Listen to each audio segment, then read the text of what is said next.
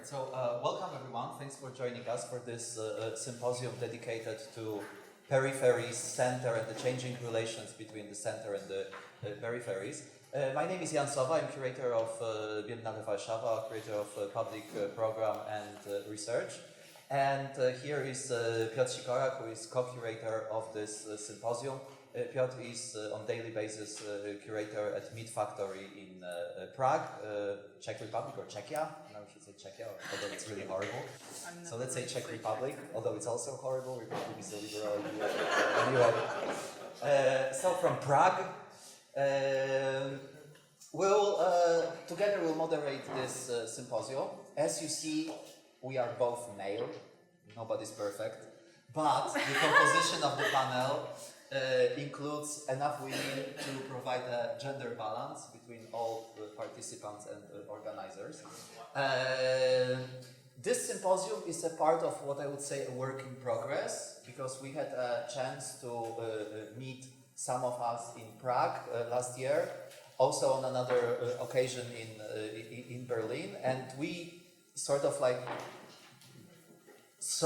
we have seen that there is a need or a possibility and a need to redefine how we understand our region and our countries, right? So we could depart from this very identitarian, essentialist, culturalist, or national perspective and provide some other narrations to understand our fate, our position, our future, our possibilities, but also problems we are facing. One of these possible narrations is the kind of world system approach that differentiates between center and the peripheries. So in this respect, actually, and that was one of the points where we're putting together this panel, maybe it's a kind of question up to this symposium to answer, and also you to maybe have some thoughts or questions afterwards regarding that. In this respect, Central Eastern Europe maybe resembles more Southeast Asia or South America than it does Western Europe, as Western Europe is the center, and we are here in the at least semi-peripheries or peripheries in the region. Obviously, this is not the only possible narrative. There will be maybe others. For sure, this symposium will not answer all the questions. However, we believe that this is a sort of a starting point for investigating and opening new ways of investigating this issue. Maybe I will just add a little bit in reference to the starting point that we had the chance to meet last year in November in Prague in a slightly similar setup. I mean, there was Boris, then Janek was there, several theoreticians and artists from Czech Republic, not only. Christina was there as well. It was a part of the new Dictionary for the Ideas project that we're focusing on, especially on Central Europe as a region and the way how we can reframe a whole discussion about it. So also, if this is a starting point, that would be a 0 point, and I'm really looking forward to kind of catch up with some topics we already and we draft over there and took them to next level, because after all we have a really even like broader geographically speaking and also culturally speaking broader perspective to embrace, with alias Swastika who's somewhere here, not yet, and with this reference to Indonesia that I personally find very interesting. Okay, I just wanted to say that, and thank you for coming. Mm-hmm. Okay, so we'll start our first session. We'll have three speakers, Agata Pyzik-Boys-Buden and Anna Ofak. We'll start with Agata, that I will shortly introduce. She's an art critic, essayist, journalist, writing about aesthetics, politics, publishing both in Poland and internationally. Agata is known for her authorship of the book Poor But Sexy. That is an ironic capture of a kind of description of our region that functions sometimes in the West. Agata published in several international journals and newspapers: The Guardian, The Wire, Freeze, Calvert Journal, also in Poland, Tygodnik Polityka, Krytyka Polityczna, Szum. And yes. Full screen. And her intervention today will be devoted to the phenomenon of Chernobylization, which has got nothing to do with a recent TV series. I'm really eager to learn more. So, Agata, the floor is yours. Thank you. I feel very humble. I haven't spoken at an event like this for a very long time. And I mostly work as a journalist. And I don't know if Janek mentioned, because I was so nervous I couldn't focus. I lived in the UK for 6 years. So working there, I sort of had to figure out a way of living, and I kind of realized that Eastern Europe or former Eastern Bloc has been conceptualized in a certain way in popular culture and in the media, which was partly a result of like a certain opening towards the east of Europe because of the opening of the European Union to the former East and several post-communist countries, and which of course now, 10 years later, I mean, I arrived, I started living there at the beginning of 2010, and of course now it's a very different story. We live in a very different reality, and this idea that, so I was trying in a way forge a career, as it were, as a writer in the UK, writing about Eastern Europe, but the reality was extremely dynamically changing. So, beginning of 2010s were fairly optimistic, with a quite huge Eastern European migration, somehow negotiating their presence in the UK and in the rest of Western Europe, and now, of course, with Brexit and sort of shift to the right and anti-migrant and anti-refugee attitudes, this is changing, of course. And one of the things I've also has changed for me is that since I started writing in English, I also started to be invited much more in the former East. And my first visit to Ukraine, for instance, happened exactly in this capacity of a British-Polish journalist in 2010. And obviously it was by an invitation of an art institution. And the first thing I encountered was, like, I've met two fellow curators, and they asked me, "Are you going to Chernobyl?" And I was like, "What? Why would I go there?" And they just made huge big eyes on me and like, "What? I mean, you know, don't you consider that fascinating?" And like, I just saw the same interest in their eyes as you know, as if they would be going to some kind of art biennale or something like that. So it was, then I realized that that the former area of disaster of Chernobyl was like incredibly hot, no pun intended. Yes, I wrote about it several times, because then I kind of realized that there was a whole industry, pop culture industry around Chernobyl. There was video games forged around the film of Andrei Tarkovsky, Stalker, despite Stalker was made in 1979 and the catastrophe occurred in 1986. Yeah, there was the whole tourist industry. There was the whole phenomenon of urbex, like, I don't know, amateurs of some kind of more dangerous hiking or sightseeing, who will be going there equipped with some kind of, you know, expensive stuff, and like, you know, to sort of make it some kind of more dangerous tourism. And at the beginning I was shocked, and then, yes, then I had to sort of, in a way, accept that Eastern Europe, so to speak, and former communist East was becoming some kind of a playground to the Western tourists, or to, in general, to some a certain post-historical entertainment, in which was a part, obviously, of the bigger trend of, I guess, turning communist nostalgia. At the beginning, nostalgia was, I think, positive and energizing political trend.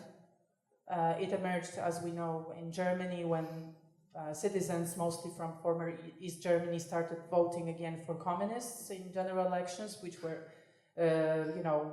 disappointed by the results of unification and introduction of capitalism. So in general, that term nostalgia first served some kind of, it could signify energization of the left and kind of building a post-communist left.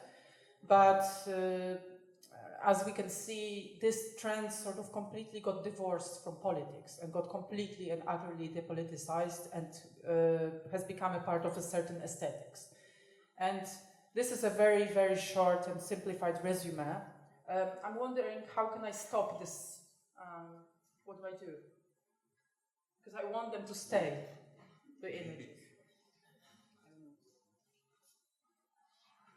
Yeah, well, I don't want to so much talk about Chernobyl itself, because really there's just so much writing about this, and now with the series, which has become incredibly successful and discussed in the Western media, like the subject of Chernobyl and the catastrophe has reached its peak point. Sufficient to say that I am reading accounts that even Ukrainians who were, witnessed somehow the catastrophe or were kids during the catastrophe can for the first time talk to their children today about this experience, translated into Western-made, because it's an American English language spoken production series. So in a way, this has become possible only to talk about this. And the series is also very highly praised from factographical point of view. There is some kind of regret, perhaps, that none of the post-communist cinematographies, Russian included, was not capable of making, a proper filmic or serialization of this event. That in a way it has become a gadget or a fetish for the West, precisely. But I don't want to so much focus on the event, like I said, but more on the eternal return of Chernobyl. Like the event of the explosion has become incredibly fetishized to this extent that we sort of forget there were any other nuclear explosions. It has become the explosion, which is very strange, and it's considered the biggest nuclear explosion, despite circa 33 people died in it. And I was thinking about it, and I want to present you a certain possible explanations to it. The reason people seem to be obsessed with Chernobyl are the following. It is easier to locate the heart of a disaster in a space which is outside of our world, in the periphery. More to the point, which happened in a country which no longer exists. It is more comfortable to locate the blame for such disaster and for larger ecological disasters in general outside of the center. It is the uncivilized them, the evil empire, who are responsible. If the disaster was to be blamed on the regime which no longer exists, and which, more to the point, was the communist regime outside of our safe, democratic, healthy remit, then it doesn't concern us. Then we can just easily contemplate it from afar, from a distance. It places the ecological and natural catastrophes in the past and makes them a result of bad communist politics, and therefore helps us forget that ecological catastrophe is something very real that happens here and now, only once again, mostly not in the central countries considered the West. One example of that is that, for instance, 2 years before Chernobyl, there occurred a really terrible disaster in Bhopal in India, which was a gas leak, which killed more than 2,000 people. Thousands more suffered crippling effects, and I want to show you some images of that, which strangely has never sort of entered the mass. What do I click to make it bigger? Big button in the middle. This? Ah, sorry. I'm just the stereotype of intellectual. I'm paralyzed by technology. Okay. So, yeah. And I myself, I didn't know that much about this catastrophe, and it wasn't that highly publicized. And just like with, I think several years ago, with the collapse of Rana Plaza factory in Bangladesh, I think, which killed also like hundreds of people, which was mostly making clothing for Western retail companies like H&M and so on. We are kind of used to it. Also, like in the periphery, that in a way the lives in the periphery are, concerned to be worth less, but just the kind of disproportion in reporting was really striking. And I was thinking why, therefore, Chernobyl, given it happened in the periphery, is so well publicized, and it's so fetishized, and it's so obsessed about. So yeah, here is my several answers perhaps to that. Aside from what I said already, and that yes, fetishization and petrification of Chernobyl serves convincing ourselves that that ecological disaster or industrial disaster is something that is way in the past, that occurs somewhere else outside of the center. It happens in the periphery. Is the thought of the incompetence of peripheral economies, which not sufficiently copy the Western technology and the Western thought. That it happens in the undemocratic or not sufficiently democratic countries, and in general the reasons for that are located usually in some kind of twisted ideology and not in industrial, very concrete, specific industrial and now capitalist reasons and conditions. And obviously, the reasons that Chernobyl happened are extremely complicated, and part of that is due to bad Soviet management and the hubris of managers as well, which is very well actually shown in the series. But the obsession about the area, which is believed to be radioactive, I think, for the next several thousands of years, I think, and this is my thinking after several years of traveling across the former East, is because somehow the image of Chernobyl and by proxy the image of Andrei Tarkovsky's Stalker has become identified as this is how the Eastern Europe looks like. This is what people come to expect in a way. This is the kind of aestheticization of ruins or ruin porn. This is very well known. I don't have to further explain. Okay. And I was trying to explain that also in Pur But Sexy, and the very slogan Pur But Sexy contains that basically for the sake of certain part of the world to consider themselves healthy,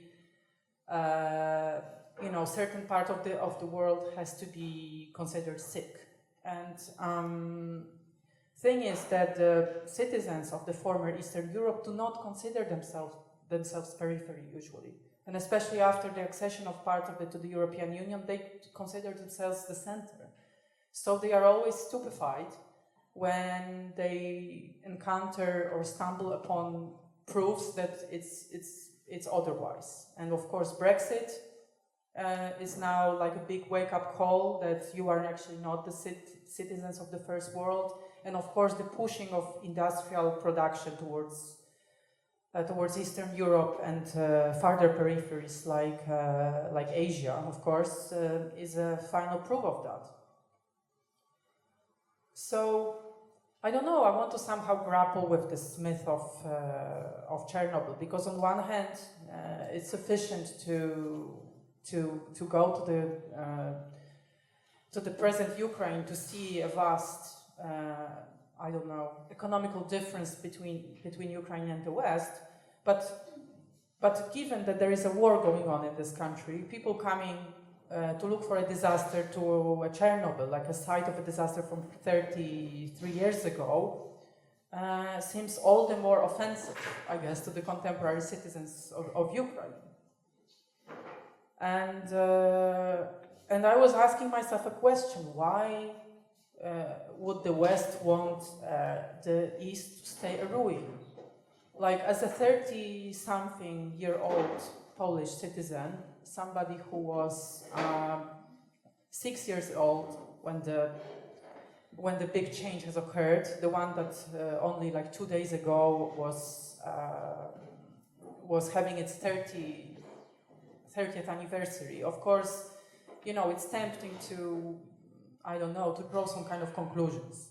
And I have always encountered those competing narratives. On one hand, Poland is supposed to be this greatest success of the Eastern Bloc, of the former Eastern Bloc, the one that has been positively transformed by capitalism, and even today you can encounter I don't know, in the Polish press you can encounter even by thinkers considering themselves leftists, this kind of statements that democracy was brought to Poland by capitalism, that democracy equals capitalism, yes? And that before, you know, despite, of course, the technological and industrial production was going on, and as Chernobyl proves, you know, until the very end almost of the Cold War, the Soviet Union was trying to come up with different solutions, and of course was dwelling on this, you know, development of Western technology, but was trying to come up with their own technological solutions. Chernobyl was like a defeat of that, total defeat. Like, this is the real end, so to speak, of the Soviet Union as a utopia. We know that. Like, this is when it occurred that it's like it didn't happen. It wasn't successful. Like, to come up, you know, with equally sort of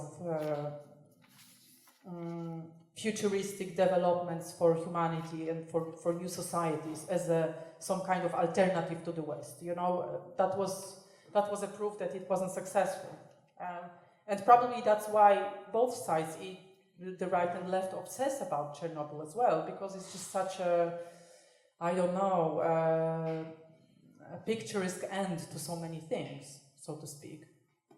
But yeah, like, I think, so coming back to the point, there are two competing narratives. One is that Poland and the rest of the communist East has been positively transformed by capitalism, and the word transition or transformation is like used on a daily basis.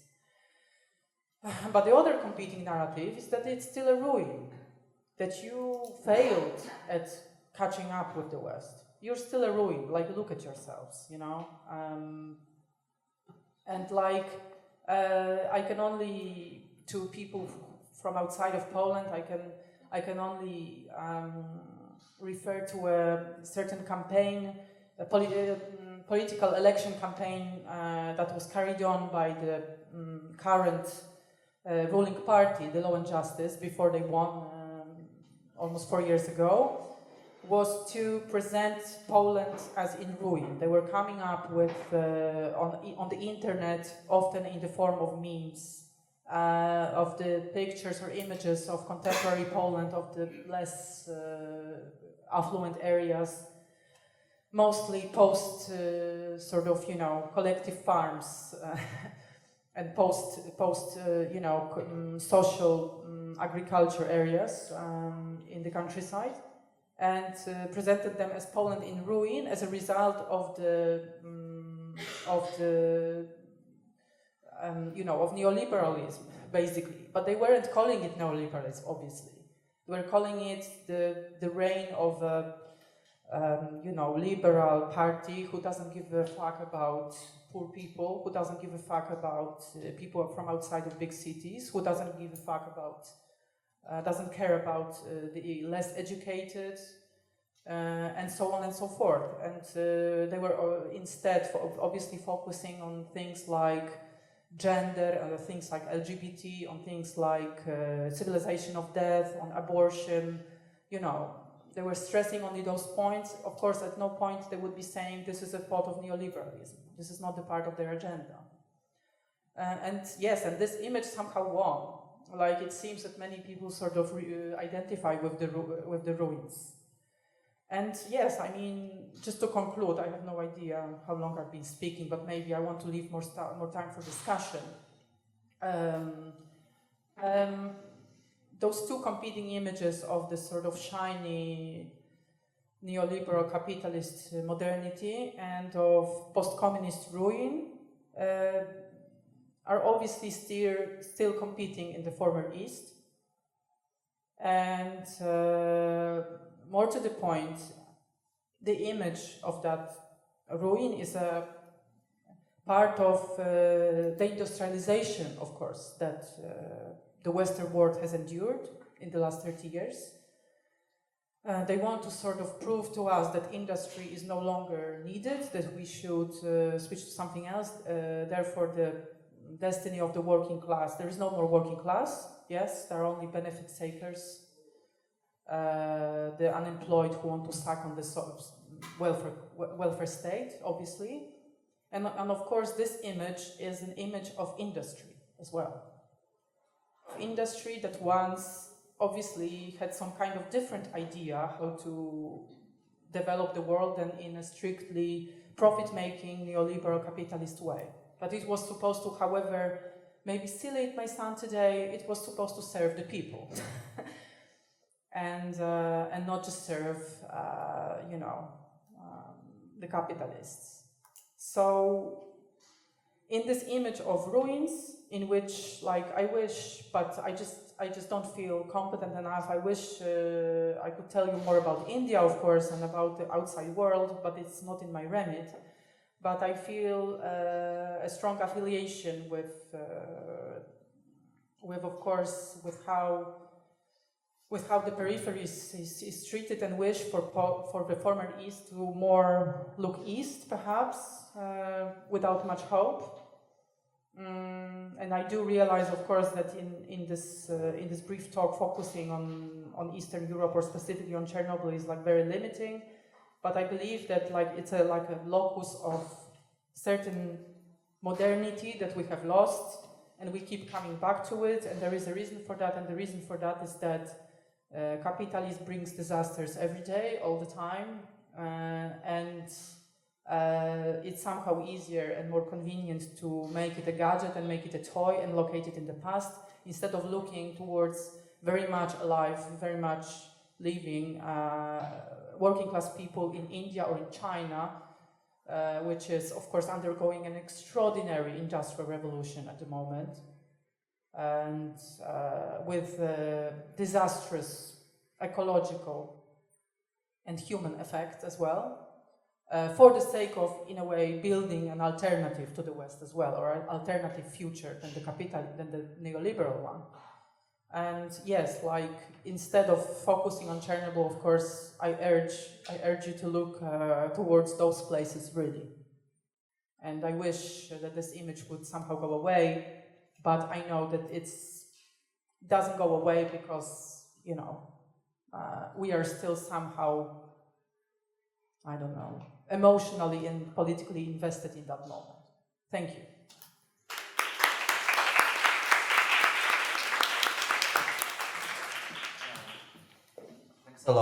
Thanks a lot.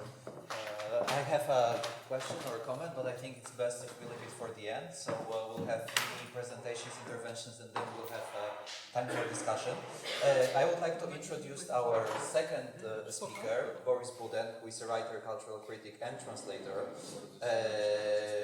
He originally got his education in former Yugoslavia. I mentioned this in this way because I know that this is what we're going to talk. And later also at Humboldt University in Berlin, where Boris has been based for a long time now. No? Boris Buden's books have been translated also into Polish, so you may be familiar with his work. Just like in the previous case, we'll have the intervention, and we'll please keep your comments and questions for later on. Please. Thank you, Jan. And thank you for this very good introduction into what I actually want to present. I think I will simply continue with the points you have already made and try to put it, your last point was, let's look into this, what is beyond this East-West. It was called Third World many years ago, and I will come up to this point, but I'm just like following this direction because it is a good direction. We shall all follow this direction in the way how we try to reflect upon this reality. And what I'm now going to do is just like give some sort of general overview of these problems. First, in terms of historical terms, in terms of historical temporality. And I will there at the very beginning to make sort of, general diagnosis, historical diagnosis. And you have actually already gave everything prepared for me to put it. So I'm claiming that the epoch that had started 30 years ago with the so-called fall of communism, the democratic revolutions of 89-90, has come to its end. That what we are witnessing today, and this discussion, the topic of this discussion is already a symptom of it. This is sort of historical closure. And then looking into, regardless of how we define, was it post-communism? Was it the so-called, the transition to democracy of the Eastern post-communist society, or was it simply post-history? At the moment when the communism falls, you have at the same time this notion. The same months when Fukuyama came up with the which is more, of course, not so original idea of the end of history. So this is regardless of how we call it, we can look back into these 30 years and see it and as a sort of what if I would like to define this, I would say this was a time of certainty, of absolute historical certainty, which means that not only the general course of history was totally clear and easy to follow. It was where to go to was completely out of question. But also more particular question in terms of which political system to implement, which economical measures and principles to deploy, which cultural values, to pursue. These were actually not important questions because they seemed to have been answered. All of these questions. So, of course, there were difficulties on the way, on this transition to democracy. Let's call it to the West, but I will come back. And the so-called setbacks, and they were mostly explained in a sort of I'm just remembering, coming from the Balkans, from former Yugoslavia.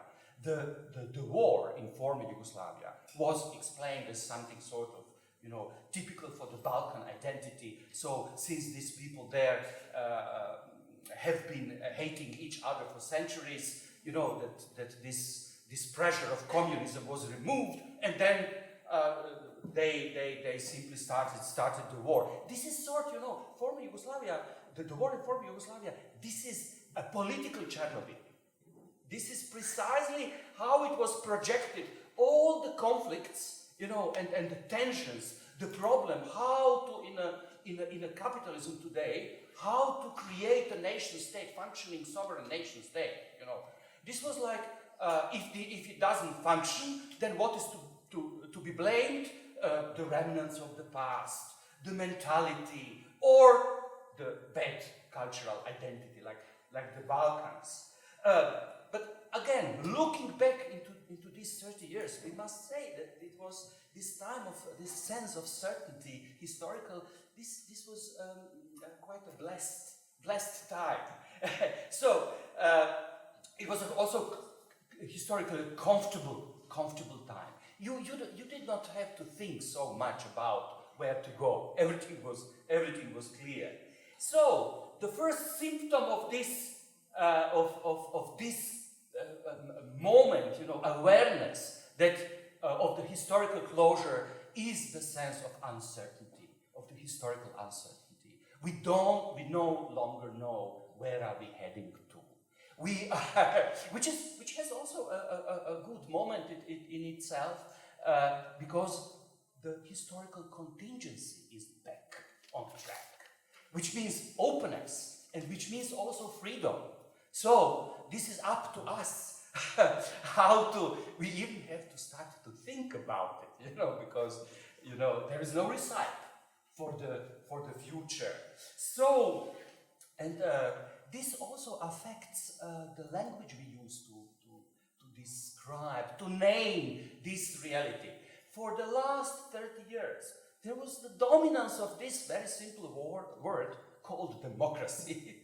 Democracy, anytime anything would be wrong, it sufficed simply to proclaim democracy and to say, yes, you have economic problems, you need more democracy. You have, cultural wars, or you have ethnical cleansing, ethnical wars. You need more democracy, etc., etc. Democracy was always, as a simple word, used as a sort of, universal solution. Democracy was the word used instead of solution, so to say, regardless of which problems were brought about by the expansion of the capitalism and of the neoliberal capitalism into the former East. So, but I'm also now claiming that the emancipatory energy, political potential, emancipatory political potential in the word democracy seems today also to have been completely exhausted. When I'm saying, so, the glory days of the universal translatability of the word democracy are over. When I'm saying translatability, this means that during this period, and especially after immediately after the fall of communism, wherever in the world, think of the most remote corner of the world, when there was a problem, it sufficed, to proclaim the word democracy, and it was very simple to explain what the problem is and how to solve it. But this is the end of translatability, means also that it falls apart, the meaning of the word into a plethora of languages and cultural particularities. So it cannot be used in its alleged universal sense. So, in these terms, we might also say that we have become politically speechless, that we have to change our language. We no longer have words on our disposal to name what we politically want. In other words, our political will has lost its language. Yes. Anyway, this is not far away from the diagnosis made in the very center of the developed Western capitalism. Just to remind you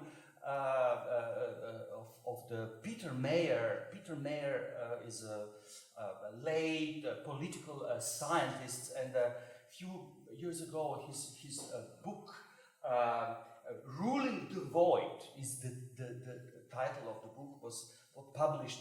Just to quote the first sentence, he writes, "The age of party democracy is past. Although the parties themselves remain, they have become so disconnected from the wider society and pursue a form of competition that is so lacking in meaning that they no longer seem capable of sustaining democracy in its present form." And his point is simply that what he calls Western democracy has been hollowed out, which is an empty word.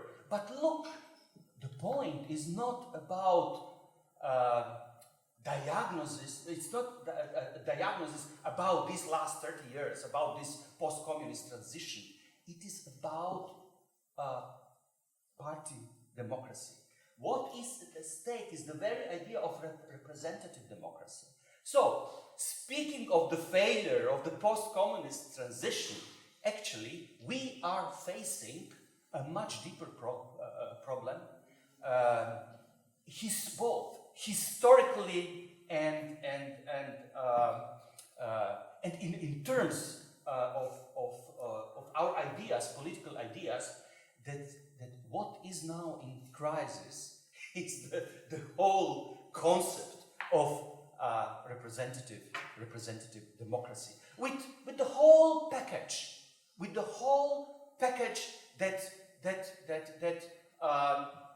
arrived on the historical scene with 1789, and you know what I mean. This is the Declaration of the Rights of Man and Citizen. So, to put it in a nutshell, in the inability to fulfill the promises of the 1989 promises after the fall of communism, the existing political capitalist order has betrayed much more. It has betrayed the ideals of 1789.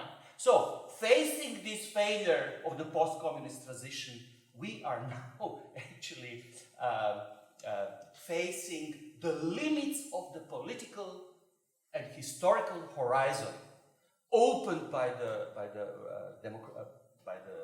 French Revolution. This is what this is any time in Europe, and especially in former Yugoslavia, but generally this is typical for the discourses on historical revisionism. This is historical revisionism. It's the story about equalizing two totalitarianisms, communism and fascism, etc. It shows, and it's really a symptom of the Western thinking, like Francois Furet would claim this. It is about the principles of French Revolution.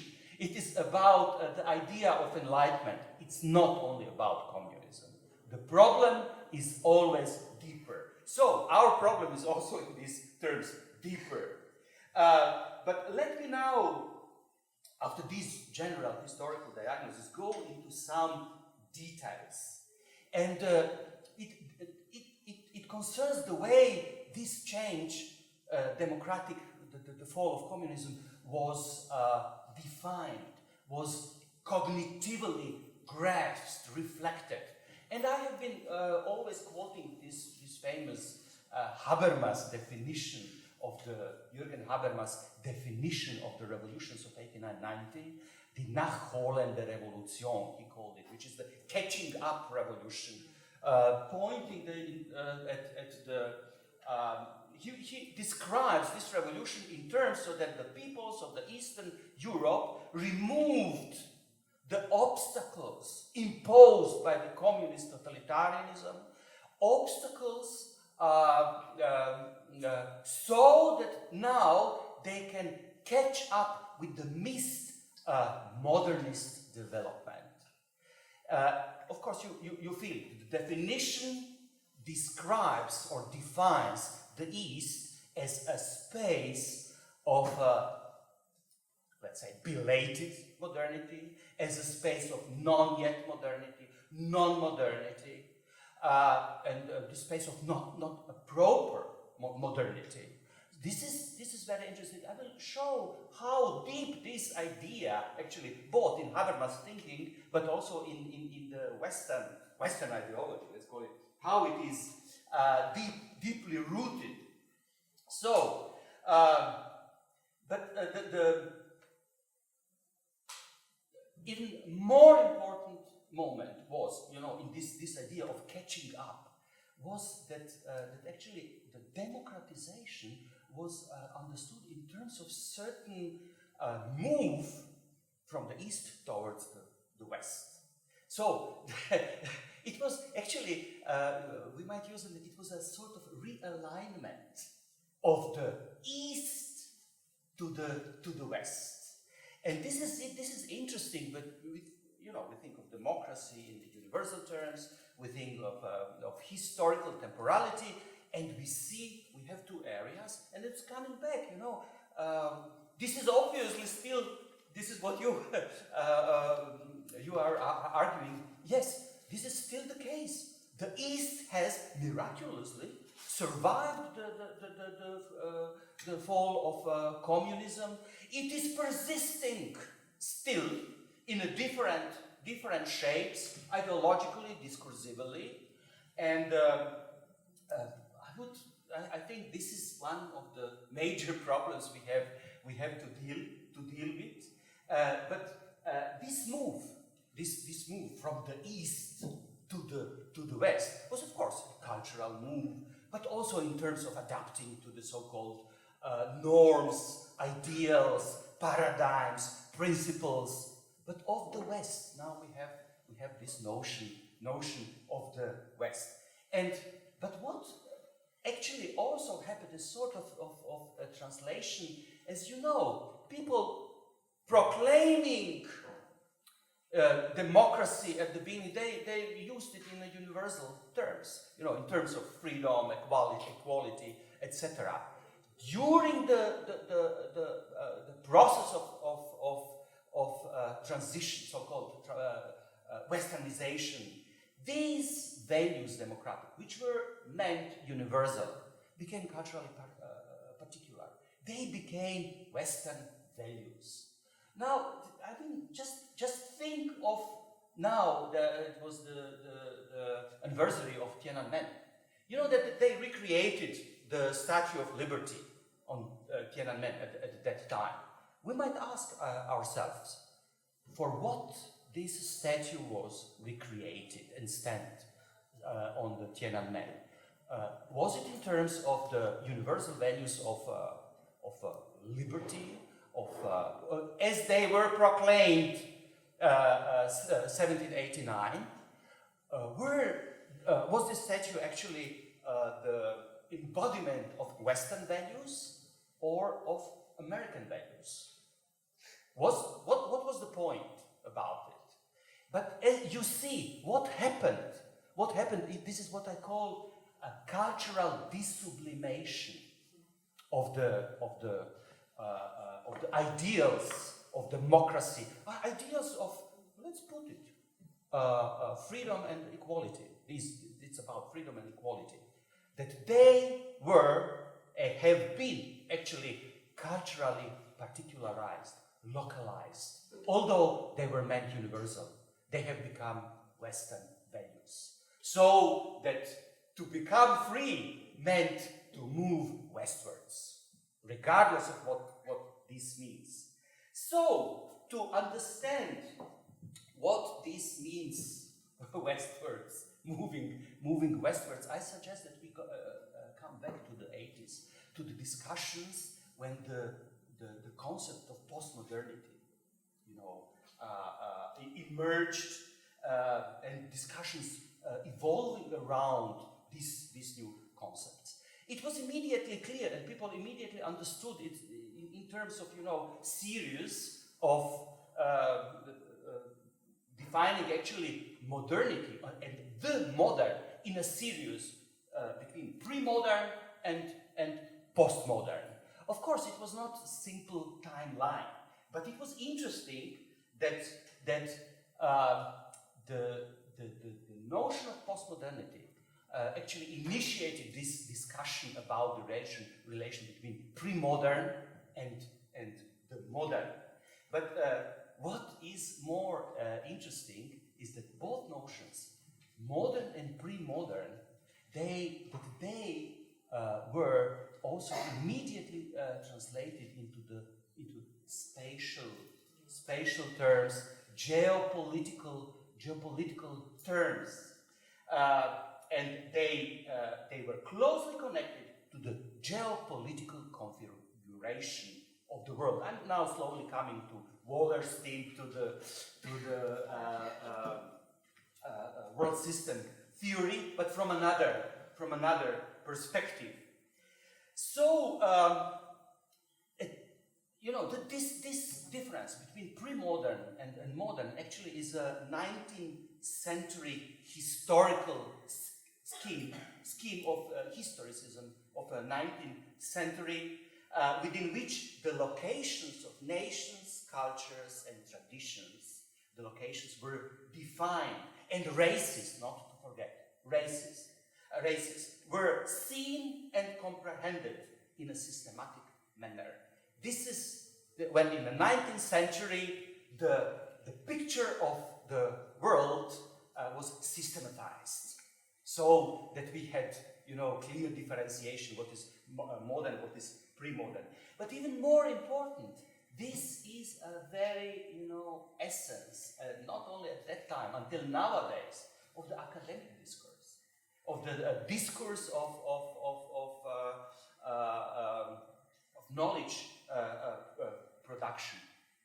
The difference between pre-modern and modern is an apparatus of academic discourse, and it has an epistemic function. It is in this context that we then can think of the notion of postmodern, not in terms of a period coming after the modern, but as the moment in which this relation between pre-modern and modern becomes problematic. This is the moment when it is no longer clear what this means. The differentiation, this historical geopolitical pair, pre-modern and modern. And this is crucial for our understanding of the concept of modernity and modernization, because the so-called transition, post-communist transition, was understood as a form of modernization. But I'm just repeating, at the same time, the modern was attached to the West, and the pre-modern to the no-West. So you had immediately two areas. The modern and the non-modern are aerial concepts that create the idea of the visuality of the world and divide the world into different areas. Of course, this is by no means a fixed schema. For the West, you can always think that the modern West has had its pre-modern stages. You can always think of the pre-modern non-West in terms of its potentiality to become modern. but there is no possibility to think of both in terms of simultaneous coexistence of pre-modern West and modern non-West. This concept does not allow for this notion. And the question is why. People were asking why it is impossible. Why it is impossible that we cannot, in temporal terms, think of the pre-modern West and of the modern non-West. This is because it is the notion, the difference, does not serve the so-called, objective presentation of the world, but it serves discursively to create the unity of the West, so that the West always appears as a unified, some sort of a subject. And this is not something a discursive or theoretical moment. You can just switch the TV and then see the West is thinking whether it will intervene in Syria or not. The West. But what this means, nobody knows. But it gives the subject. It is the West in these terms, which means this differentiation to the non-West is the mechanism of the subjectification of the West. And there is also another moment in terms of which is this difference between the West and non-West. This is the moment of the recognition, the identity politics, struggle, Hegelian struggle for recognition. There is no balance between the West and non-West, between the modern and the pre-modern. The point is that the West never seeks recognition. It always provides recognition. It is a supplier of recognition, but never a receiver of recognition. So you can get recognized by the West, but the West does not need any recognition. Why the West does not need any recognition by the other? Because it's created as a universal. And this universality, this is now, the trap is always to think that there is a location of the West. So the West is, on a descriptive level, the West are these most developed economically, politically, culturally countries in the world. This is at the descriptive level. But the West, in fact, does not have any location, because at any place in the world, be it the last corner of the world, if you can relate to the West in a normative terms, this is where there is the West. If you come, I don't know, wherever in Africa, and you see around yourself, or like Chernobyl, some sort of ruins, and says, well, this is not the West. The moment you said it, this is the location of the West. This is where the West already exists and creates and generates the dynamics and relations of power, etc. In other, the West is ubiquitous. This is everywhere. Why? Because it is sublime. It is universal, which the non-West is not. Non-West has always location. But then let's come back to Habermas. Why was it possible for Habermas immediately to come up with this simple identification or definition of the democratic revolutions? Just to give you a quote from the theory of communicative action. So he writes that myths of the archaic societies present the sharpest contrast to the understanding of the world dominant in modern societies. In other words, the mythical worldviews, as he argues, make rational conduct of life impossible. They present an antithesis to the modern understanding of the world. So, or to put another quote about presuppositions of modern thought, and he says, these presuppositions should become visible in the mirror of mythical thinking. It's crucial is that he understands rationality, and this is why it's Chernobyl in the East, because of the lack of rationality. And lack of rationality because it's pre-modern. And he thinks in this binary oppositions of pre-modern, modern, of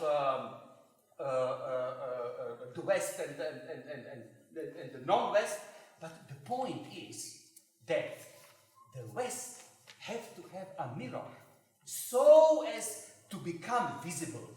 It cannot be visible without the mirror. But then you might ask, but what is the mirror? Who provides the mirror? If there is the other, which is non-West, it is not immediately the mirror. Of course, how the West sees the non-West, it sees as the mirror. But what is the mirror? It's nothing but this is ethnographical and anthropological discourse. And it is the way how the other is created in the anthropological discourse. This is the mirror. So the West never sees the non-West. It always sees what its knowledge production and concepts provides as a picture of the other. This is this story. You come to some tribe somewhere in some corner of the world, but it is not that you see immediately the reality. These are your anthropologists who are sent there with their concepts. So they see this other, and just to give you this. It has been criticized just to remind you of the, probably this Time and the Other, Johannes Fabian, this critic of Western anthropological discourse. His point is, this is already 80s, the book published, and the subtitle is How Anthropology Makes Its Object. His point is that the other, non-Western other, is never seen simply somewhere else, but always in another time. There's always time gap. And he calls it the denial of co-evilness. There is an impossibility that the West and the non-West, the modern and the non-modern, meet or within the one and the same time. That they share one and the same temporality. So it's always a temporal difference. Now, to close this discussion, coming back something very, very concretely. The Europe is obviously in a deep crisis. It is falling apart. And the question is what is Europe? Is Europe the West or is Europe non-West? But look, at this point, I would now reclaim the erased legacy of former Yugoslavia originally come from, which was, as you know, during the Cold War, was neither the West nor the East. And people still think in terms of some sort of in-betweenness, hybrid, a little bit market economy, a little bit communists, so you mix and then get some sort of in-betweenness. But it is forgotten that Yugoslavia was not only the leading member, but the country that created the so-called non-aligned movement, the Third World movement of anti-colonial struggle and liberation. And it was neither West, nor the East, nor the non-West, but it was the political problematizing of this relation. And speaking of the Middle Europe, I just again I remember, since I'm enough old, I remember the discussions beginning of the 80s in former, it is still Cold War, and in former Middle Europe. don't forget that Joseph Conrad, when he comes up with this concept, on the other side, the concept was actually introduced or imported from California, from America, in terms of, identitarian cultural areas, creating cultural areas. So they saw it as a cultural area. But Conrad, for instance, saw the Middle Europe as this was clearly the need of creating something beyond the difference of the West and the East at that time. And it was, I'm just like saying, in former Yugoslavia, if you think that this is part of the Europe, and if you think that Europe has its historical, some sort of ideological historical legacy, then you have the moment of the legacy, which does not belong to neither to the West, nor to the non-West, I'm saying. But it is the very expression of problematizing and politicizing this difference. This is probably, now I'm just like ending, am I like, oh, sorry. Anyway, thank you so much.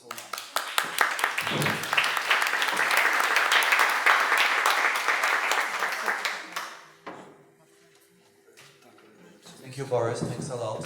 Very inspiring talk. A lot of things coming to my mind, but I keep it then for Q&A session we'll have later on. Let me introduce our third speaker, Anna. Anna is an art historian, also a journalist, writing in several journals and similar publications, also including IFLAX. And Anna actually specializes as art historian in the history of modernism. I had a pleasure to listen to one of her interventions that dealt with the question of Central European and Eastern modernism, its relation towards the West, and this is also going to be, at least partially, the topic of her talk right now. So please, Anna, the floor is yours. Thank you, Jan, and thank you for the invitation. When I started thinking about my contribution, I hoped that I could squeeze in between other speakers who would have a very concrete notion of, let's say, a case of downfall of communism, and then on the other hand, somebody who would give us some alternate perspectives on how to deal with this, how to theorize it today, and without falling back on this repetition, the rotten East and the how should we call it, developed West. So, as somebody who's invested in research of socialist architecture in Yugoslavia and the GDR, I figured that before I could, dive into this, I could again take a starting point, where everybody starts, basically 1989, and again return to the fall of the Berlin Wall, which I don't know. This is like a Wikipedia fact. It's not on Wikipedia yet, but I realized this recently when I read an article in the newspapers that the wall today is longer gone than it was standing. So we're definitely, we entered a new epoch. There is no returning back. We cannot, or we the horizon of our expectations are not the about 100 dead of the Berlin Wall anymore. The horizon of our expectations is also not the peaceful unification of Germany, of course not. I would rather say that it's something that the poet Uroš Prach would formulate as we don't expect anything because we're used to nothing ever coming. When nothing comes, we'll be here. We're like in this waiting mode, so to say. So I'm not eager to reiterate the fake revolution of 1989. I'm also not going to pick up one of the newer Day Zero events. What I would rather want to do is to form something like a tracking or a recasting of a very specific social experience within this symbolic house of the year 1989. I believe that more than some kind of a scar tissue that the collective body receives through political events nowadays, which are anyhow globalized or generalized globally through propaganda, we should look at individual histories, or very specific individual histories which are shared collectively, like something like a routine procedure in the social system. Let's say a school event. And this is what I'm going to do now. I would want to recap my own experience of such a school event, a field trip to a place that does not exist anymore. You're seeing it in my background. But rather than a faint personal recollection, which, you know, we all have these, what I would want to do is to observe again the infrastructure of this building and how it unraveled to its visitors, not just me, but, you know, to the collective body of visitors in the past, in the year 1989. So in the summer 1989, I just arrived in the GDR with my family, and I was a pupil at the Lenin High School in Friedrichshain, which is a central part of the city of East Berlin. So we had moved from Yugoslavia to the GDR, and we posed something like a very ambiguous form of immigrants, because we did not go to the West, but to the East. We were not Gastarbeiter, or more concretely my parents. They were not diplomats, but my father was a trade delegate representing a self-managed textile complex in Yugoslavia. We did not intend to stay longer than 4 years, and we came too late to experience the GDR, but too early to say that we live in Germany when we go back home, which of course was a huge fail. So in this non-standardized and temporary state of immigration, I call it a polysystemic schizophrenia, which I think resembles our contemporary condition. We remained foreigners longer than other more generalized groups, always already being treated as somebody on the go, self-sufficient, so we never received anything more than a 3 months visa. And in the GDR, this was tough. So on the brighter side, I enjoyed the status of an exchange student who was attentively guided through the landscape of East Berlin. And one of these guidances happened when, at the end of the school year, 1989, my class was taken to the Palace of the Republic, the building that you see, which was GDR's parliament, come People's House of Culture. So this was not just a political body, but a cultural body. And we got permitted, because of the background that there was a foreigner within the class, we got permitted the guiding tour of all the facilities. So coming from Yugoslavia, in my perception, the visit appeared to resemble a day trip to the topography of memorial landscapes of Yugoslav national liberation struggle monuments. In my imagination, I expected this building to be hewn in marble. And I remember that the teacher told me, well, Anna, do you know that the marble that you also see in the building on the balustrade was partially a gift and partially an expensive import from Yugoslavia? So I imagined this plastic reality encasing an ideological machine that would serve bits of heroic history of GDR.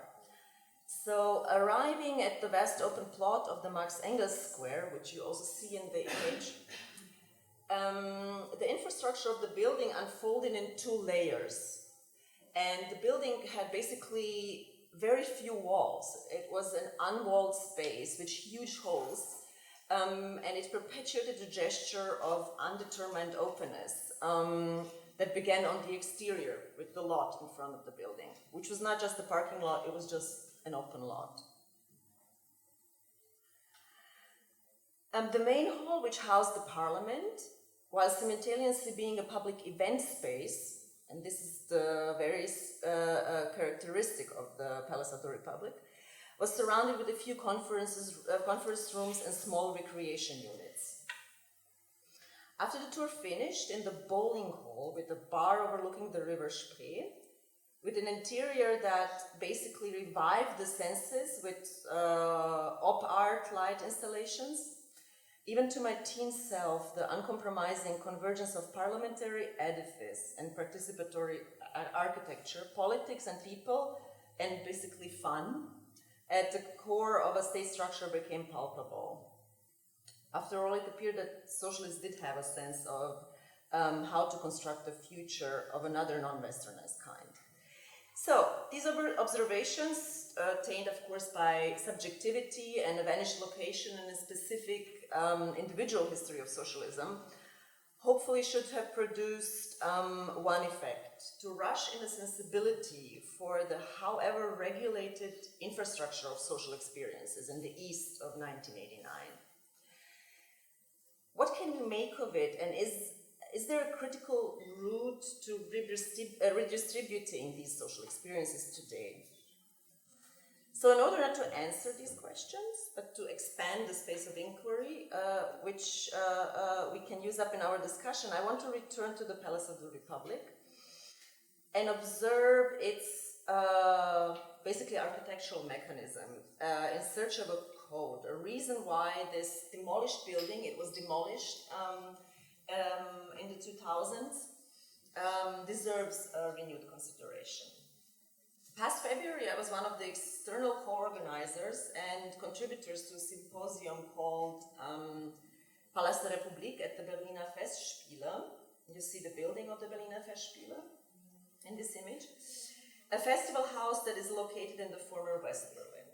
So this was kind of a subversive action to bring the idea of the Palast der Republik to a very similar building, and to even hang a former national emblem of the GDR on its facade, where the hammer and the compass, the two symbols of the workers and the engineers socialism hung.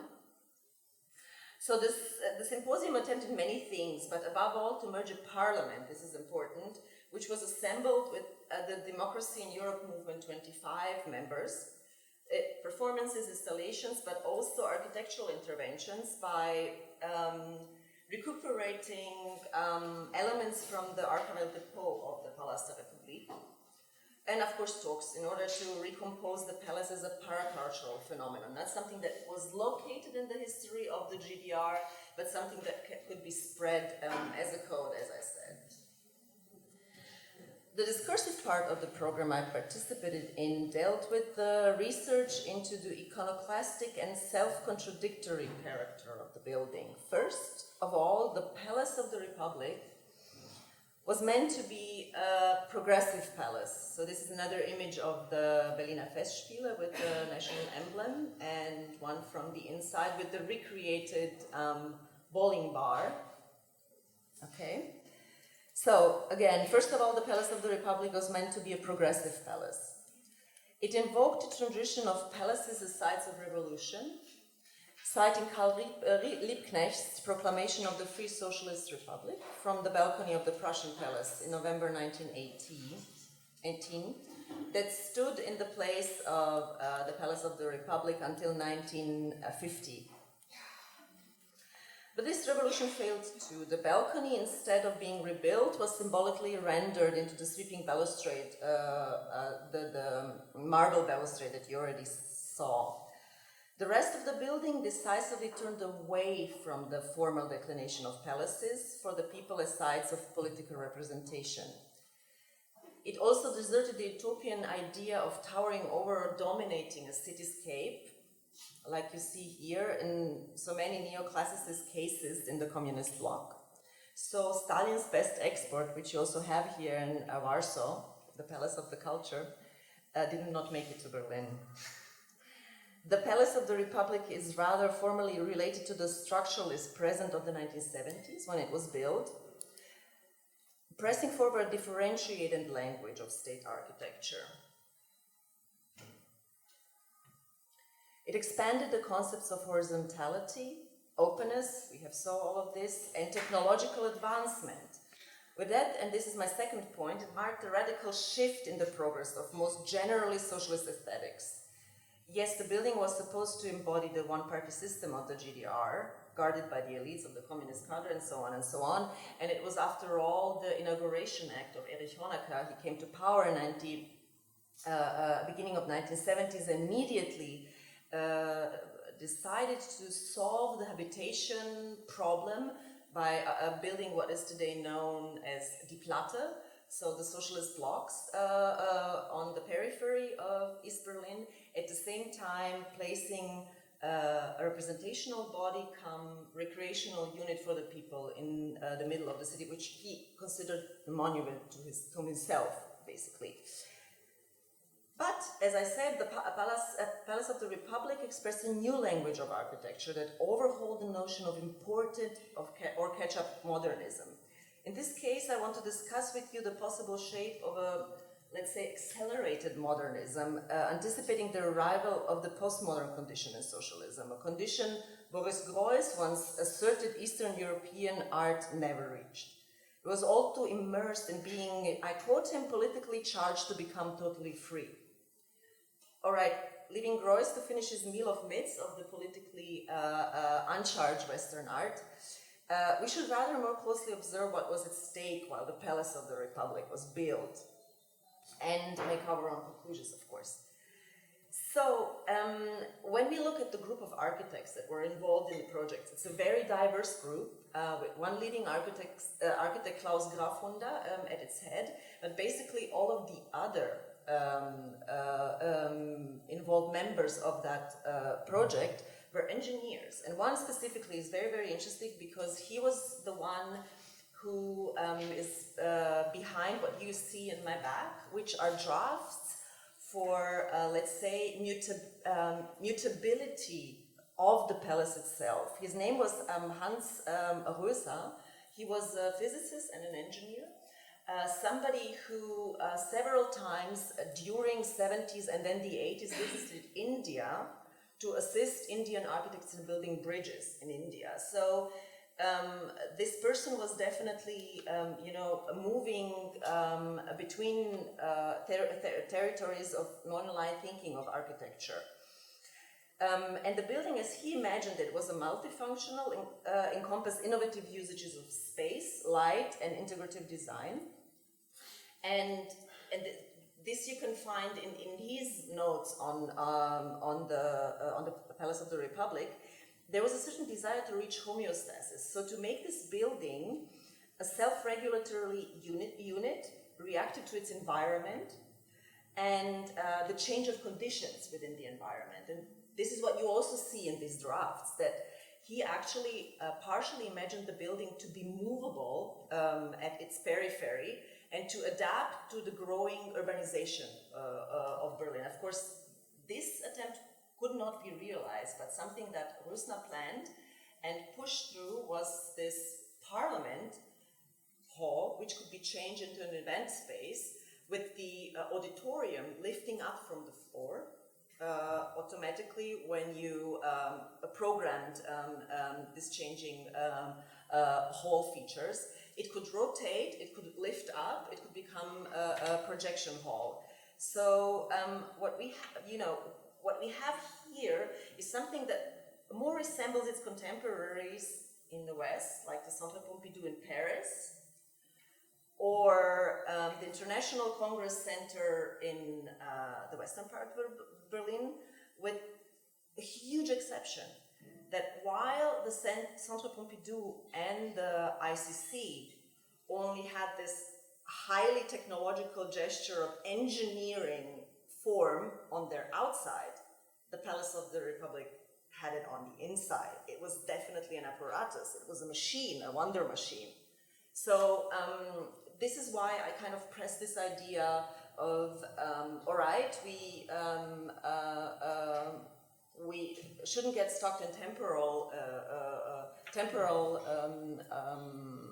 perception of any kind of epoch. But this is definitely something that is not modernistic, that is non-westernized, and that is pressing forward, is a kind of a modernization. And another aspect that I want to mention, of course, I don't know how many of you know this, when the Palace of the Republic was demolished, this is like personal Chernobyl of East Berlin, it was done so by highlighting the fact that the palace is full of asbestos, which is a highly toxic material with which, so it's a fire resistant, and you fill walls with it. And since you know the few walls that the Palace of the Republic had to be filled with asbestos, it was full of it. So this was kind of used in order to exempt the Palace of the Republic from the conservatory gesture that the urbanization in Berlin did have regarding the several pieces in the center which are still left and are kind of traces of East German modern architecture. This was exempt because it was a hazard to public health. But what I found in the archives, and I just couldn't believe it, asbestos was forbidden in the GDR, 1969. So from 1969, the usage of asbestos in building new buildings, it could not be used. So where did it come from? And what you can find is that the GDR tried to buy asbestos from Russia, and somehow this didn't work, but then it got it from Great Britain.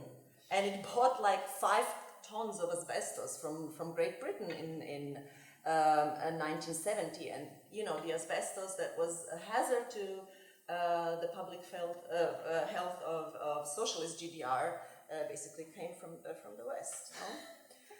No? Of course, I mean, I don't know if you mentioned this, the Bhopal factory, I think it's Pfizer who built the factory in India. Yes. So again, the hazard to people's health and the death machine, you know, it does come from the West after all. Okay. And due to usage of asbestos, the Palace of the Republic was finished before the Centre Pompidou and the ICC. It was a hugely successful and fast development of such a highly technologized building. It was built in 4 years, which is like hardly to believe in Berlin of today, where we need like 9 years to build an airport. And in Mumbai, like the biggest airport in the world is in Mumbai, and it was built in 3 years. So, I mean, loss of self-esteem, definitely. All right, I will skip a really nice part just to spare time for our discussion, where I kind of look into actually 2 details of the Palace of the Republic: the stairs, which were outside of the building and invited something like cultural loitering and just, you know, spending time on this threshold between a very official state surveilled program from within the building and youth cultures. I mean, kids lingered on these stairs, and there are images like this by tons that you can find in the archive. And the other thing is the bar, which basically, the bar that I showed you, the bowling bar, which basically tried to transfer this idea of loitering into the building, and you know, make the people dream of occupying the palace with their random existence and make it perform what they want, which I find very interesting, actually. So pushing toward this is an image. This is also interesting to know. The first thing that was done to the Palace of the Republic is to take out all of the asbestos. And the way this was enacted or performed in the public space in front of the palace was to build these hangars which resembled, let's say, something that the NASA would put on the Mars. And people who worked within this project of dismantling the palace were also all dressed like astronauts, or of course the the armies of people that, decontaminated Fukushima, for example. Yeah, this is also a very recent catastrophe, which was played down more or less. No. So pushing toward the end of my talk, I actually wanted to take a look of what is in the place of, this is the bar, what is in the place of the Palace of the Republic in the very near future of Berlin. Just one part is missing, maybe you know this building already. It's the so-called Berlin Palace, a rebuilt Prussian palace of Emperor Friedrich I, or to be more concretely, not the palace was rebuilt, but just this Baroque facade. The only part that is missing for its completion and before its opening is the cross that you see on the tip of the dome. And it's so bizarre. The discussion that is being led in the public now by the representatives of the so-called Humboldt Forum, because this building will be housing collections of the former ethnological museum and of the Helmholtz Center of the Humboldt University, so research facilities and exhibition facilities. So the representatives of the Humboldt Forum are leading the discussion in the public that the decision to rebuild the cross is decision complying to the historical outlook of the palace, like the stucco on the facade. So rather obeying the logic of reconstructive architectonic decoration than neo-clericism, which is clericalism, which is just a brilliant turn in this whole culture of revisionism that hit Berlin so hard. So for obvious reasons, I now at the end, I'm reluctant to pick up the term avant-garde and use it in relation to any kind of contemporary geopolitical condition. Especially the notion of avant-garde art or avant-garde movements has really worn out, yeah? And it has done so because it has lost its reference, as Boris has so thoroughly shown us, which goes back in the 20th century. Modernism has provided the avant-garde with a program in the first place. So it is hard to imagine that there are forces to be found somewhere on the world map which can help encompass a new modern, or bring back modernism from the dead. So other phenomena have already settled into its place, as we have seen phenomena like reactionary historicism, revisionism, and a regime of hypertrophic global art. Why don't we finally call it by its name? Why don't we say fascism? This is something that I'm permanently asking myself. You know, what keeps us back from saying this is fascism? It's not Westernization. You know. Fascism wiped out precisely the deed of modernization, which is to approximate utopia. So what do we make of the observed condition that it is mostly transformations in the Central East and Global South that seemingly preempt the future of the North Atlantic? Let's have another geopolitical constellation, and not the other way around. Do these territories host avant-garde instances, or are these rather sinister reproductions? Could we designate them as counterfeits of bygone modernisms that got perverted by the intake of neoliberal ideologies arriving after 1989? While recapitulating the story of the Palace of the Republic, it became clear that the second is closer to present circumstances. Because the identity crisis that allegedly followed after the breakdown of communism reflected the antagonism the fake revolution toward united futures has caused, and they reflected the trauma of a radical conversion of paradigms. So, rather than being a primordial desire that was flushed out from native reservoirs in times of transition, the new or old fascisms, like revisionism, should be scrutinized as imports or reiterations of not Westernization. I'm repeating this because I think this is kind of important to take into the discussion. But they should be seen as reiterations of global corporate developmentalism, like globicity or the sweeping obesity disorder that affects all parts of the world that adopted artificially inflated consumer practices, The endemic disease of development and the politics that go with them have destabilized all regions with no history in deregulated liberal markets. The inability of neoliberalism to adapt or accept experiences, social experiences, which arose from the intense history people went through in order to build their territory, or the territory they call their own, seem to have done the rest. So modernism and the belief in modernization of a socialist make were elements of such a territory. These surely have not just fallen through the cracks of the sad history of post-communism, but have been actively demolished. So how do we capture what is going on in the Central East? Can we calibrate its chronic condition while containing its once active anti-fascist, modernist, post-modernist, and socialist agency in a reservoir of contemporary restorations? Is there a way to imagine something like a tangential agencies of transmodernizations, a transgression of globicity? And I end with pathos and fantasy, which are kind of, part of my Eastern heritage. We have strong progressive practices coming from destabilized regions, from within and outside Europe, that we need to acknowledge as already disembarked in the center of Europe, of the world, and form alliances in order to struggle, to not get along, but to concentrate on an insurgent logic of mining corridors that attract trafficking. This is also something that I learned in the East. And to borrow the words of Ihab Hassan, for new relations between centers and margins. Margins and margins, centers and centers, nothings, prachs nothings and nowheres, utopias, question mark, of every kind. Thank you.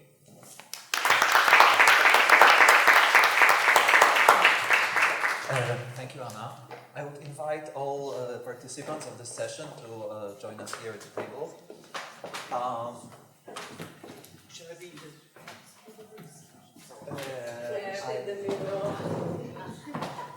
I have to confess that my contribution to programming this symposium has not been innocent in terms of being neutral. I have some sort of hypothesis that, or thesis, more hypothesis about the changing relationship between the center and the peripheries, or if you want to use another terms, developed and developing, or core and peripheries also, there's also this terminology. And it is the one of a reversal, that actually, this modernization, and this is what already our description of the symposium is trying to put forward, this modernization approach that believe that the West is leading and the rest is following, obviously now it's completely defunct. I mean, it's a brief look at the empirical situation reveals how completely besides the point it is. Actually, I think what we see right now is a precise reversal of it, and we can see in many instances what was happening in the so-called peripheral, semi-peripheral zone to sort of prefigure what has happened later in the center. So I don't want to go through all the examples. I will just refer to the issues that were raised by both Agata and Anna in terms of disasters. Now, when you think about Fukushima, and when you think about what happened in Flint, Michigan, the horrible water crisis, right? In the center of the developed world, you would say the very, very center of Western civilization, you have people who have access to the water of a quality that resembles much more India than what we think is the standard for the developed world, right? Precisely Fukushima being this kind of disaster of peripheral capitalism, where all standards would be overlooked. We know it very well from our reality, right? You would think this cannot happen. Japan is also given as a part of the center core, right? Now, and also I think this is a sort of a question to you, or a hypothesis. It has got a lot to do with primitive accumulation, because the peripheries were the zone of primitive accumulation, where it was difficult to escape primitive accumulation with all its violence and problems. In the center, the people had a privilege, a luxury of not actually facing the consequences of primitive accumulation. Now it's no longer absolutely the case. Now moving to this more aesthetical dimension, I have to say because I had occasion to listen to Anna's talk about Palace de Republic during this feast in Festspiele, and then I thought this is precisely the kind of situation we have with the Palace of Culture. When you look at its aesthetic form, that this is a very, very extremely postmodern building. It's an echo of an echo, because this is basically modernism, mid-war modernism from the United States, being recycled through war and post-war Soviet Union. And those of you who are not from Warsaw or from Poland, probably you are not aware, but if you take a close look at this building, Palace of Culture, you will see there are elements of Renaissance architecture. That actually, this is pastiche, this is purely postmodern pastiche, right? And also the reason, you know, Jameson thinks that postmodernism is aesthetic populism. The reason why this Renaissance elements were put there was to make the building more familiar, more acceptable to Polish population. So these were precisely populist reasons in aesthetic terms. So this is a kind of my introductory comment for you. Maybe it's not really a question, maybe if you want to relate to that, you may relate. If not, I have a more, and I will articulate it right now because there will be no more time later on. So I promise to shut up. I will just use this privilege. I have a sort of a question, also maybe a little bit polemical question to Boris, and this question of East-West relationship and recognition. Because I would rather argue the way Zizek sees the situation, that the gaze of the East provided some kind of recognition and enjoyment to the West. Because the West thought that the East sees in the West the democracy, you know, progress, liberty, the sublime, that the West, already at that time in the 1990s, did not see in itself anymore. So it provided a kind of additional recognition. But I think, referring to the very beginning of your talk, the end, and that was also part of this post-communist fantasy.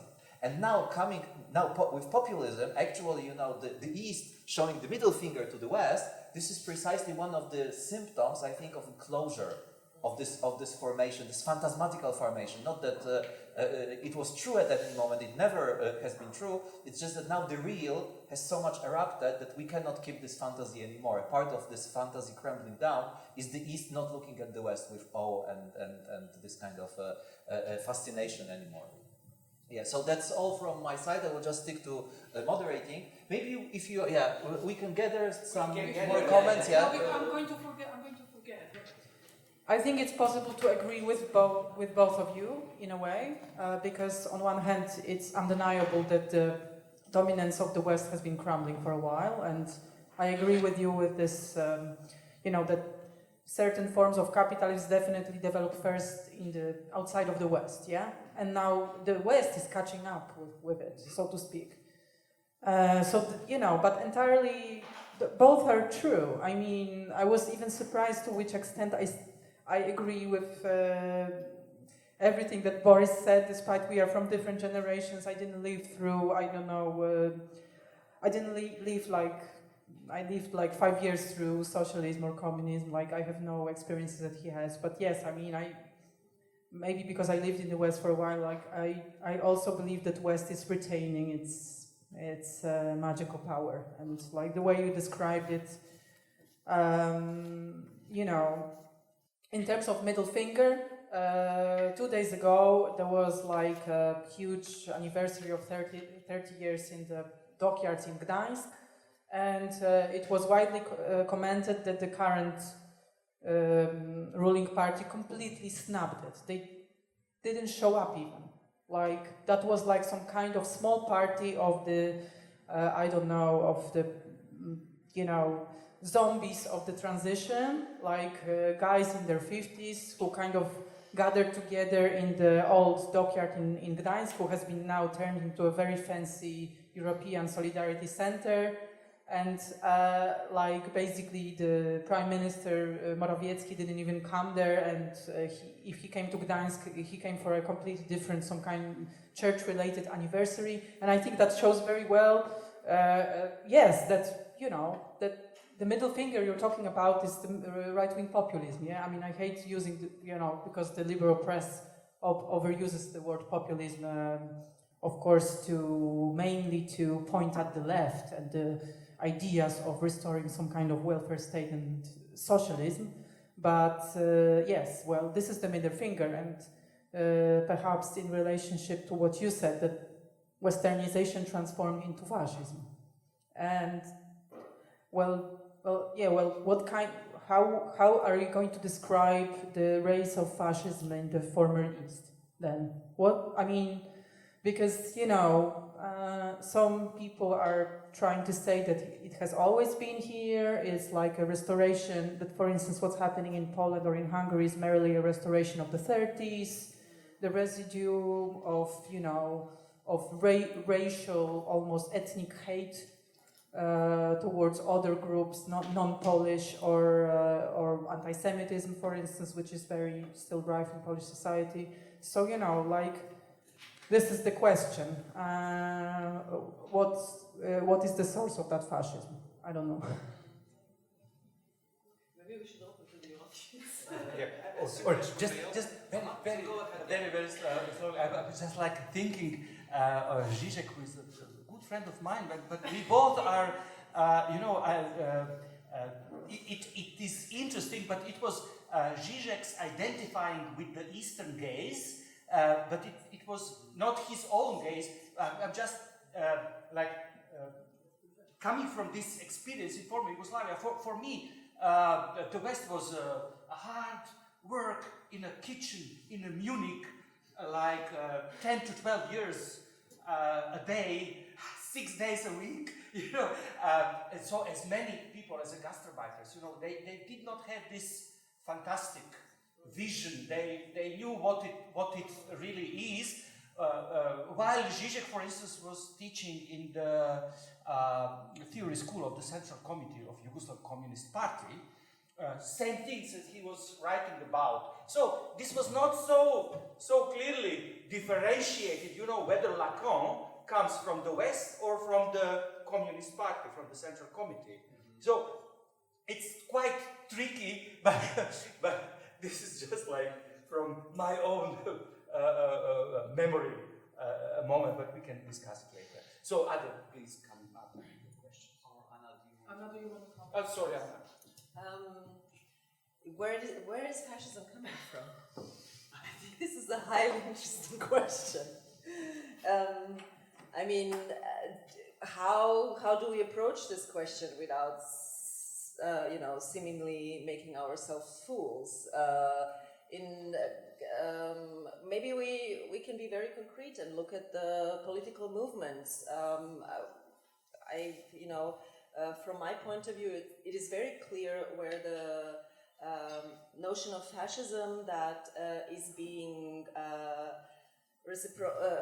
reproduced, for example, in Croatia, comes from, Ustasha. So, a state that existed during German occupation and the Second World War. And this is clearly revisionism that has taken, a new form that is being supported widely and that has no hold anymore. It's spreading, and the same applies to Germany. No, but your talk also made me realize that yes, well, of course, this fascism we have now which is the restoration of the 30s, is an import of the West, if we will consider Hegel and his concept of nations, and then the thought of nationalism, which initially was supposed to be revolutionary and then merged into something else, then yes, well, that would be convenient for us to think that nationalism and fascism is an import from the West. But I also want to comment on Palace of Culture and the similarities. I really loved your talk, by the way, because stressing, I love stressing how, the ambiguity and ambivalence.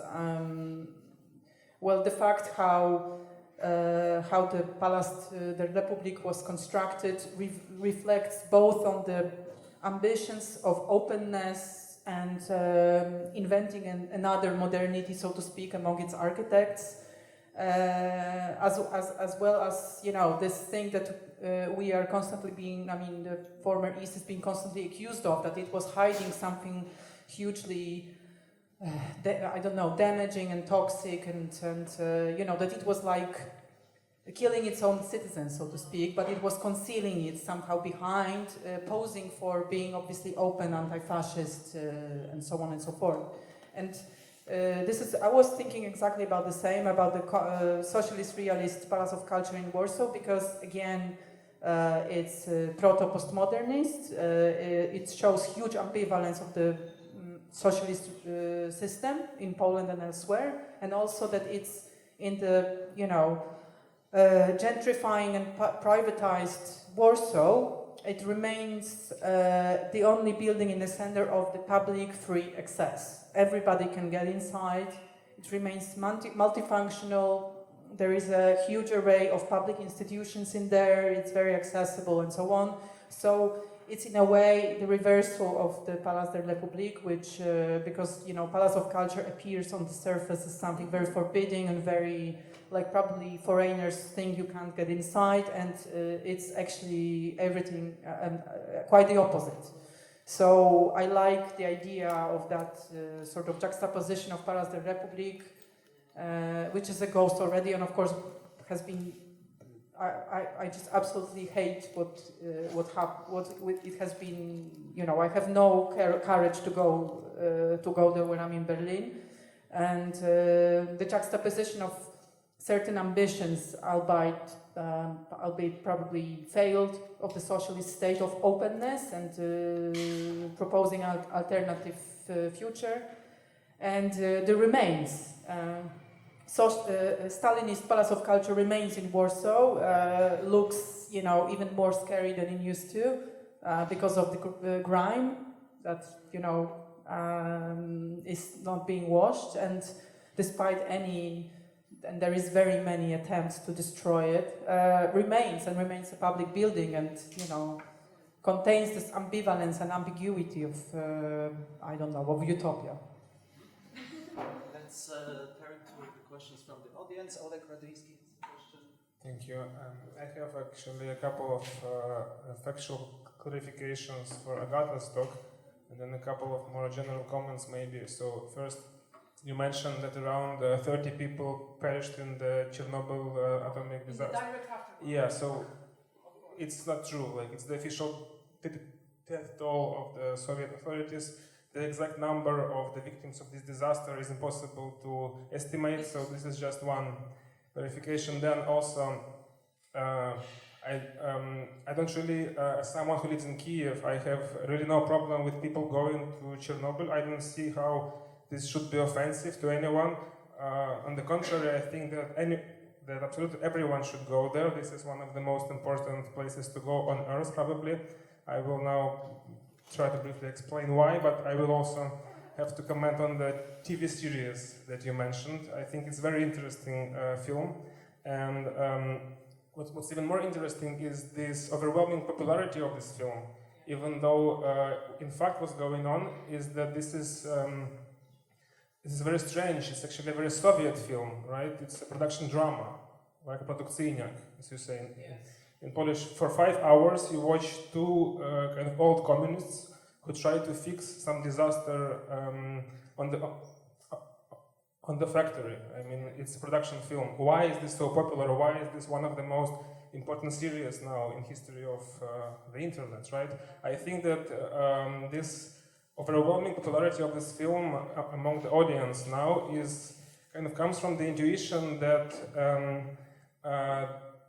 the West, kind of broadly understood, now lives through the same kind of period that the Soviet Union lived through in the 1980s, right?